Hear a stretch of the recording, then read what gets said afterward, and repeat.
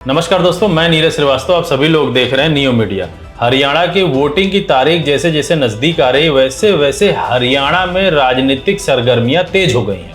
अगर आप विगत कुछ दिनों से गौर करें तो बीजेपी के दो स्टार प्रचारक नरेंद्र मोदी जी जो कि हमारे देश के प्रधानमंत्री हैं और अमित शाह जी जो कि गृह मंत्री, उन्होंने हरियाणा लगभग छोड़ दिया। हरियाणा में वो अब जाना बंद कर दिए क्योंकि उनको ये पता चल चुका है कि अब हरियाणा उनके हाथ से निकल चुका है। बची खुची जो कोशिश है उनकी वो सिर्फ इस बात को लेकर है कि किस तरीके से कांग्रेस को 2/3 सीट मिलने से रोका जाए। अगर कांग्रेस 60 सीटों से ज्यादा पा जाती है तो ये मान के चलिए कि एक मजबूत सरकार बना लेगी और बीजेपी अगले 5 साल तक कोई तोड़ फोड़ की राजनीति नहीं कर सकती। और इसके बाद हरियाणा के इलेक्शन के रिजल्ट का असर आपको महाराष्ट्र और झारखंड में भी देखने को मिलेगा। और अगर कहीं यही हरियाणा कांग्रेस जीती और महाराष्ट्र झारखंड भी इंडिया गठबंधन जीत जाती तो मान के चलिए कि 2024 में जो केंद्र में सरकार बनाई है बीजेपी ने वो ढह के गिर जाएगी। आज जो भी कुछ हरियाणा में हो रहा है या बीजेपी जो कुछ कर रही है, ये अपने दिमाग में कंठस्थ कर लिए बीजेपी केंद्र में जो बैठी है उस सरकार को बचाने के लिए वो कर रही है। हरियाणा की राजनीति में आज की परिस्थिति ऐसी बन चुकी है कि कांग्रेस लगभग 70 सीटों पर जीत सकती है। इस बात से बीजेपी अंदर ही अंदर डरी हुई है। आइए जरा कुछ साल पहले चलते हैं और देखने की कोशिश करते हैं कि हरियाणा में किस तरीके की राजनीति हमेशा रही है। अगर हम 2005 के इलेक्शन को देखें तो कांग्रेस को उस समय 67 सीटें मिली थी और वो पूर्ण बहुमत के साथ सरकार बनाई थी कांग्रेस ने। उस समय आईएनएलडी को 9 सीट, बीजेपी को मात्र 2 सीट मिली थी। उसके बाद अगर हम देखें तो 2009 के इलेक्शन में बीजेपी को 4 सीट मिलती है और कांग्रेस को 40 सीट मिलती है। आईएनएलडी को 31 सीट मिलती है और अदर पार्टियों को हम जोड़ दें तो लगभग 14-15 के आंकड़े पर आती है सारी सीटें। अगर हम 2014 की बात करें तो 2014 में बीजेपी को 47 सीट मिलती है और बीजेपी पूर्ण बहुमत की सरकार बनाती है। उस समय कांग्रेस को 15 सीट, आईएनएलडी को 19 सीट मिलती है और अदर्स को लगभग 9+ सीटें मिलती हैं। अगर हम 2019 के आंकड़ों को गौर करें तो बीजेपी को 40 सीट मिलती है और वो दूसरी बार सरकार बनाती है, लेकिन इस बार वो पूर्ण बहुमत की सरकार नहीं थी और वो जेजेपी के साथ मिलकर बनाती। जेजेपी को 10 सीटें मिली होती और अदर्स को 9 सीट मिलती है जिसमें आईएनएलडी को 1 सीट मिलती। अब 2024 की लड़ाई यही है कि किस तरीके से कांग्रेस को 50 सीट के नीचे रोका जाए। इसके लिए बीजेपी पूरी तरीके से हर षड्यंत्र करने को तैयार है, यानी जोड़ गांठ की सारी राजनीति को करने को तैयार है। क्योंकि अगर आप इन आंकड़ों को गौर कीजिए तो 2005 में जो आईएनएलडी थी वो 2009 तक आते आते 31 सीट पा जाती। उसके बाद 2014 में ये घटकर 17 सीट हो जाती है और 2019 में 1 सीट हो जाती है। लेकिन 2024 के केंद्र के इलेक्शन में, लोकसभा के इलेक्शन में आईएनएलडी को वोट परसेंटेज ज्यादा मिलते हैं, जेजेपी को कम मिलते। इस बार 2024 में लोग ये उम्मीद लगा कर रह रहे हैं कि हो सकता है आईएनएलडी अपने जो पीछे परफॉर्मेंस थे उसमें सुधार लाए और लगभग 10 सीट पर आकर कहीं खड़ी हो।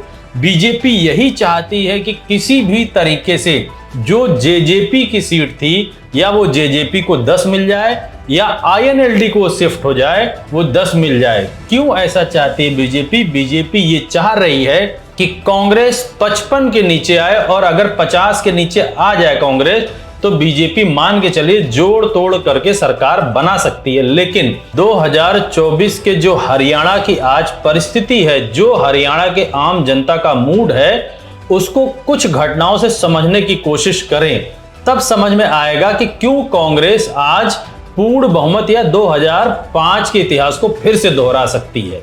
गौर कीजिए, अगर आज कहीं भी एमएलए कोई भी किसी भी क्षेत्र का बीजेपी का होता है, वो जाता अपने क्षेत्र में प्रचार करने तो उसको या तो ट्रैक्टर से लोग रोक लेते हैं, प्रचार करने नहीं देते, या फिर उसकी जनसभा में कोई भी आदमी नहीं दिखता, सीटें पूरी की पूरी खाली मिलती हैं। इसी तरीके से अगर आप गौर करिए, सीएम का चेहरा होने के बाद भी आज बीजेपी ने अपना सीएम का चेहरा बता रखा है कि सैनी ही इस बार फिर से सीएम का चेहरा है, उसके बाद भी सीएम अपनी सीट को जीत नहीं सकता। जबकि हुड्डा जी कांग्रेस की तरफ से ऑफिशियली अनाउंस्ड नहीं है कि ये सीएम होंगे, उसके बाद भी हुड्डा के किसी भी जनसभा में इस तरीके की भीड़ उमड़ती है कि मानो देश का प्रधानमंत्री आ गया हो। कल हमारी पूरी टीम एनआईटी फरीदाबाद में थी, वहां पर इस तरीके की भीड़ उमड़ी हुई थी कि मानो ऐसा लग रहा था कि राहुल गांधी जी आए हों। अब आप ये समझिए कि एक member of parliament Deepender Hooda जाते हैं एनआईटी फरीदाबाद में और वहां इस तरीके की भीड़ उमड़ी थी, ऐसा लग रहा था कि बीजेपी के यहां से जमानत जब्त हो जाएगी। आज फरीदाबाद की अगर हम 6 सीट की बात करें तो वहां कांग्रेस इस तरीके से कॉन्फिडेंट है कि 6 की 6 सीट जीतेगी और आम जनता भी यही बात कहती। गौर कीजिए, अगर 2 बड़े नेताओं की हम बात करें बीजेपी के, एक अमित शाह जी, एक नरेंद्र मोदी जी, दूसरी तरफ कांग्रेस के 2 बड़े चेहरों की बात करें, एक प्रियंका गांधी जी और राहुल गांधी जी, दोनों के बीच में आज हरियाणा में हुई जितनी भी जनसभाएं अगर उनकी हम एनालिसिस करें तो ये दिखती है कि कांग्रेस की तरफ कितनी ज्यादा भीड़ आज खड़ी है और बीजेपी से लोग किस तरीके से कट के निकल जा रहे हैं। अगर हम सिर्फ प्रियंका गांधी जी के रैलियों को देखें और अमित शाह की रैलियों को देखें, अमित शाह जी की रैली में आदमी आते नहीं, जबकि 20-20 विधानसभा के लोगों को बुलाया जाता फिर भी नहीं आते। वहीं पर प्रियंका गांधी जी की रैली में भीड़ उमड़ रही। अब हम दूसरे और सबसे बड़े स्टार प्रचारक दोनों पार्टियों के देखते हैं, यानी कि नरेंद्र मोदी जी की जो 3 सभाएं हुई अभी तक हरियाणा में, उनमें जो भीड़ उमड़ी है अगर हम उसको पूरा जोड़ दें तीनों को और राहुल गांधी की मात्र एक रैली को जोड़ दें तो उससे ज्यादा भीड़ राहुल गांधी जी की रैली में देखेगी। यहीं से समझ में आना शुरू हो जाता है कि बीजेपी कहीं ना कहीं बहुत पीछे हो चुकी है हरियाणा के इलेक्शन में कांग्रेस से। अब बीजेपी के अंदर एक डर बैठा और वो ये पूरा प्रयास कर रही है कि कांग्रेस किसी भी तरीके से 50 के ऊपर ना जाए। इसके लिए वो पूरी जोड़ तोड़ और रणनीति लगाकर बैठी हुई है। अब बीजेपी ये भी करने जा रही है कि 5 तारीख को ही जिस दिन हरियाणा के इलेक्शन की वोटिंग होनी है उस दिन वो किसान निधि का पैसा हरियाणा में भी ट्रांसफर करेंगे। चूंकि ये केंद्र से पैसा आता है इसलिए इलेक्शन कमीशन में शिकायत के बाद भी इलेक्शन कमीशन ने उसको परमिशन दे दी। अब मैंने आपको ये घटना इसलिए बताई है कि अगर गौर करिए तो इस समय किसान निधि का पैसा नहीं दिया जाना चाहिए, लेकिन जैसा विगत 10 सालों से हम देख रहे हैं कि बीजेपी के साथ चाहे वो इलेक्शन कमीशन हो, चाहे ईडी हो, सीबीआई हो, मीडिया हो, सब कुछ लगे हुए हैं। उसके बाद की ये स्थिति है। आज बीजेपी सिर्फ ये चाहती है कि किसी भी तरीके से कांग्रेस को 50 सीटों के नीचे लाया जाए, फिर जोड़ तोड़ फोड़ की राजनीति शुरू की जाए। अब बीजेपी ऐसा क्यों सोच रही है कि कांग्रेस 50 के नीचे आ जाएगी? हरियाणा के राजनीति के जो आंकड़े मैंने आपको दिखाए हैं 2005 से 2019 तक के, उसमें अगर आप गौर कीजिए तो अदर्स एक बहुत बड़ा फैक्टर है जिसमें लगभग 10 से 12 सीटें ऐसी हैं जो अदर्स के पास हमेशा रहती हैं और लगभग 10 से 12 सीट ऐसी होती है जो छिटफुट दल हैं, जो कभी आईएनएलडी उभर के आ जाता है, कभी जेजेपी आ जाता है, कभी और भी पार्टियां आ जाती हैं। लगभग 10-12 सीट उनके पास भी रहती है, यानी कि 20 सीटें ऐसी हैं, 20-22 सीट जो अदर्स और छोटी पार्टियां, छोटी क्षेत्रीय पार्टियों के बीच में ये सीटें घूमती रहती हैं।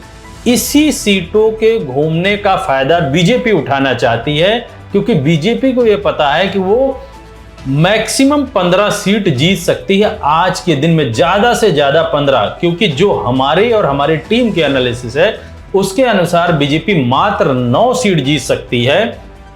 वो 9 सीट हैं जो पिछले बार ये 40 सीटों में जीते थे, उसमें से भी 2 सीट फंसी हुई है। अगर कांग्रेस ढंग से मेहनत कर दे आज भी तो वो 2 सीटें जीत सकती है कांग्रेस, यानी कि 7 सीटों पर बीजेपी फंस सकती है। लेकिन फिर भी अपने आप को ये मान के चल रहे हैं कि 15 सीटों में सुरक्षित है। 15 सीट वो और 20 सीट जो 22 सीट इधर उधर घूमती उसको जोड़ के 37 सीट करना चाहते हैं और लगभग 53-54 सीट कांग्रेस को मिले, वो यही चाह रहे हैं। जबकि ऐसा नहीं है। जिस तरीके की लहर हमने हरियाणा में देखिए उस हिसाब से ऐसा लगता है। अगर हम गौर करें तो बीजेपी को मात्र 7 से 10 सीटें मिलने की उम्मीद है, INLD को 0 से 5 सीट मिलने की उम्मीद है, और अदर्स को जो अभी तक का ट्रेंड चलता आ रहा है लगभग 9 से 10 सीट, वो आज भी लगभग 8 से 10 सीटों के बीच में है। कांग्रेस को कहीं ना कहीं 65 से 70 सीट मिलने की पूरी उम्मीद है। हरियाणा में आखिरी दिनों में भी अगर बीजेपी अपने सारे षड्यंत्र को भी लगा देगी, सारे हथकंडे भी लगा देगी, उसके बाद भी बीजेपी कांग्रेस को 65 सीट से नीचे नहीं ला सकती। और 2005 के इतिहास को फिर आज कांग्रेस दोहराने जा रही है, यानी कि 65 से 70 के बीच में कहीं ना कहीं कांग्रेस जरूर सीटें पाएगी। यही हम शुरू में भी अपने वीडियो में दिखाए थे और यही आज भी हम बता रहे हैं। आने वाले समय में हरियाणा का इलेक्शन कैसे कैसे करवटें बदलता है, देखना बड़ा दिलचस्प होगा। मैं अपने सारे दर्शकों से बोलता हूं, चैनल को सब्सक्राइब करें, शेयर करें। धन्यवाद।